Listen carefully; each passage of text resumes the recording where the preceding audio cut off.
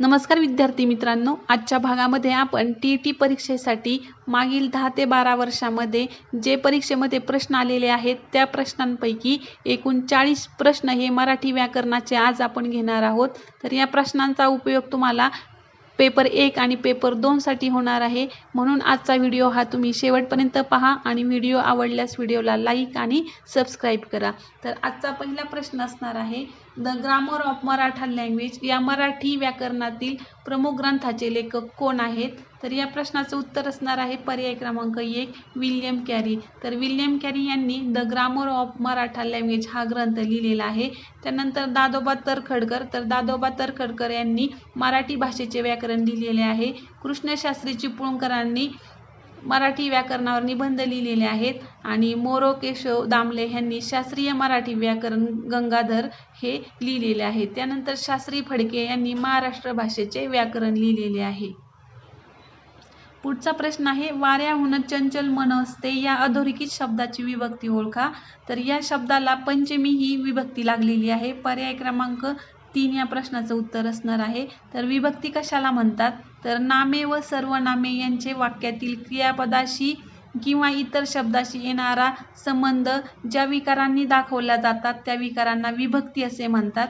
तर दिलेल्या वाक्यातील वाऱ्याहून या शब्दाला पंचमी विभक्तीचे हून हा प्रत्यय लागलेला आहे, म्हणून पंचमीचे प्रत्यय कोणते आहे? ऊन हून, म्हणून आपल्या प्रश्नाचं उत्तर आहे पर्याय क्रमांक 3 पंचमी।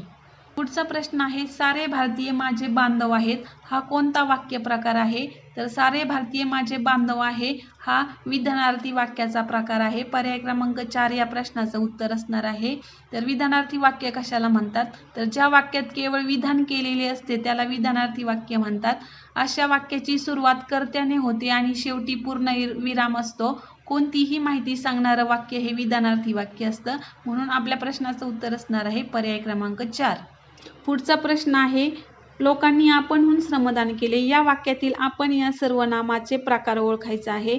तर आपण हा आत्मवाचक सर्वनामाचा प्रकार आहे। पर्याय क्रमांक 2 या प्रश्नाचं उत्तर आहे। तर दिलेल्या वाक्यातील आपण हे आत्मवाचक सर्वनाम आहे किंवा स्वतःवाचक आहे, ते वाक्यात स्वतः या अर्थाने वापरलेले आहे।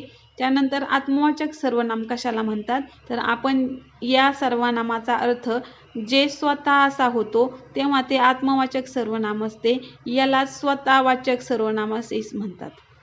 पुढचा प्रश्न आहे, निरपेक्ष या शब्दाचा समानार्थी शब्द कोणता आहे? तर निरपेक्ष या शब्दाचा समानार्थी शब्द आहे निस्पृह। पर्याय क्रमांक 4 या प्रश्नाचं उत्तर आहे। तर निरपेक्ष म्हणजे निरीच्छ, निस्वार्थी, निरभिलाषी, त्यानंतर अभिलाषी, इच्छा असणारा, स्वार्थी। तर अनन्वय अलंकार कशाला म्हणतात? तर ज्यावेळी उपमेयाची तुलना दुसऱ्या कशाशीच होऊ शकत नाही ती उपमेयाशीच केली जाते तेव्हा अनन्वय अलंकार होतो। तर याचं उदाहरण आणखी एक उदाहरण जर घ्यायचं म्हटलं तर आईसारखी आईज, म्हणून आपल्या प्रश्नाचं उत्तर असणार आहे अनन्वय अलंकार। पुढचा प्रश्न आहे, चाकर या शब्दातील चा या आद्याक्षराचा उच्चार कोणत्या प्रकारात येतो? चाकर या शब्दातील चा या शब्दाचा उच्चार करताना त्याला आ लावून उच्चार केला जातो, म्हणून हा दंत तालव्य वर्ण आहे। मुखातील दंत आणि तालू या भागाचा उपयोग केला जातो तेव्हा या अक्षराचा उच्चार होतो, म्हणून आपल्या प्रश्नाचं उत्तर असणार आहे पर्याय क्रमांक 3। पुढचा प्रश्न आहे, खालील वाक्यातील काळ ओळखा। स्पर्धा परीक्षा देणारे विद्यार्थी सतत अभ्यास करत असतात। तर या वाक्याचा काळ आहे रीती वर्तमान काळ। पर्याय क्रमांक 2 या प्रश्नाचं उत्तर असणार आहे। तर रीती वर्तमान काळ कशाला म्हणतात? तर वर्तमान काळात एखादी क्रिया सतत करीत असण्याची रीत समजली तर त्याला रीती वर्तमान काळ असं म्हणतात। तर करत असतात या संयुक्त क्रियापदातून क्रिया वर्तमानात सतत करण्याची कर्त्याची रीत आपल्याला दिसते, म्हणून हे वाक्य कोणतं आहे? तर रीती वर्तमान काळाचं आहे। प्रश्न पुढचा आहे, दोनदा जन्मलेला हा विग्रह कोणत्या सामासिक शब्दाचा आहे? तर दोनदा जन्मलेला हा द्विज या सामासिक शब्दाचा विग्रह आहे पर्याय क्रमांक 4 मध्ये। तर अग्रज म्हणजे काय? आधी जन्मलेला, अनुज मागून जन्मलेला आणि द्विज म्हणजे दात म्हणजे दोनदा जन्मलेला। प्रश्न आहे, फडणवीस, कारागीर, सौदागर, कामगार हे शब्द कोणत्या भाषेतील आहेत? तर हे शब्द फारसी भाषेतील आहे। पर्याय क्रमांक 3 या प्रश्नाचं उत्तर आहे। तर फडणवीस, कारागीर, सौदागर, कामगार, गुन्हेगार, डावपेच, हुशारी, नोकरी हे फारसी भाषेतील शब्द असून हे परकीय किंवा विदेशी शब्द आहेत, म्हणून आपल्या प्रश्नाचं उत्तर आहे पर्याय क्रमांक 3 फारसी. पुढचा प्रश्न आहे वारंवार हा शब्द कोणत्या क्रियाविशेषणाचे अव्यय आहे? तर वारंवार हा शब्द आवृत्तीदर्शक या क्रियाविशेषणाचे अव्यय आहे. पर्याय क्रमांक 2 या प्रश्नाचं उत्तर आहे. तर आवृत्तीदर्शक हा कालवाचक क्रियाविशेषणाचा उपप्रकार आहे. आवृत्तीदर्शक घटने म्हणजे काय? तर घटनेची पुनरावृत्ती दर्शवणाऱ्या शब्दाला आवृत्तीदर्शक क्रियाविशेषण अव्यय म्हणतात. उदाहरणार्थ वारंवार, फिरून, दररोज, क्षणोक्षणी. प्रश्न आहे खालीलपैकी कोणत्या वर्णाचा उच्चार करताना शेवटी स्वरांचा आधार घ्यावा लागतो?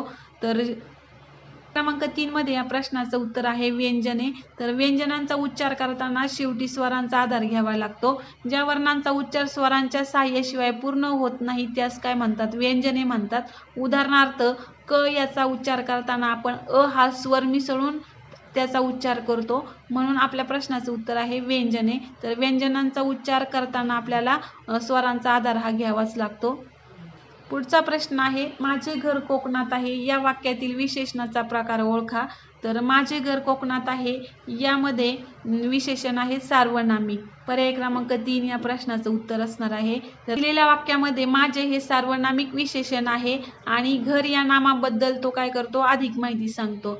जी सर्वनामे वाक्यात नामाऐवजी न येता नामाबद्दल विषय माहिती सांगतात त्यांना सार्वनामिक विशेषणे असं म्हणतात. म्हणून आपल्या प्रश्नाचं उत्तर असणार आहे पर्याय क्रमांक 3 सार्वनामिक विशेषण. पुढचा प्रश्न आहे खालील वाक्यातील सर्वनाम ओळखा. तर ती मुलगी चांगली गाते. तर या वाक्यामध्ये ती हे काय आहे? सर्वनाम आहे. पर्याय क्रमांक 2 या प्रश्नाचं उत्तर असणार आहे. दिलेल्या वाक्यात ती हे दर्शक सर्वनाम आलेले आहे. दर्शक सर्वनाम कशाला म्हणतात? तर जवळची किंवा दूरची वस्तू दाखवण्यासाठी जे सर्वनाम येते त्याला दर्शक सर्वनाम म्हणतात. तर यामध्ये उदाहरण जर घ्यायचं म्हणलं तर तो, ती, ते आणि हा, ही हे काय आहेत? दर्शक सर्वनामे आहेत. पुढचा प्रश्न आहे वाल्मिकीने रामायण हा ग्रंथ लिहिला. तर यामधील रामायण या शब्दाची जात ओळखा. तर रामायण या शब्दाची जात आहे विशेषणाम. पर्याय क्रमांक 4 या प्रश्नाचं उत्तर आहे. तर वाल्मिकीने रामायण हा ग्रंथ लिहिला या वाक्यातील रामायण या शब्दाची जात विशेष नाम आहे. यातून एक विशिष्ट ग्रंथाचा बोध होतो, म्हणून आपल्या प्रश्नाचं उत्तर असणार आहे पर्याय क्रमांक 4. तर विद्यार्थी मित्रांनो हे जे प्रश्न आलेले आहेत हे प्रश्न प्रिव्हियस क्वेश्चन असणार आहे.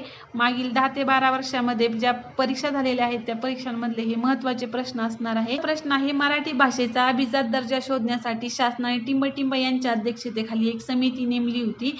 तर मराठी भाषेचा अभिजात दर्जा शोधण्यासाठी शासनाने रंगनाथ पठारे यांच्या अध्यक्षतेखाली एक समिती नेमली होती. हे आपल्या प्रश्नाचं उत्तर असणार आहे पर्याय क्रमांक 4. तर रंगनाथ पठारे समिती मराठी भाषेला अभिजात भाषेचा दर्जा मिळवण्यासाठी प्रयत्न सुरू होते आणि यासाठी महाराष्ट्र सरकारने रंगनाथ पठारे यांच्या नेतृत्वाखाली 10 जानेवारी 2012 रोजी एक समिती नेमली होती. तर आत्ताच्या घडीला मराठी भाषेला अभिजात भाषेचा दर्जा मिळालेला आहे. त्यानंतर जागतिक वसुंधरा दिवस हा कोणत्या दिवशी साजरा केला जातो?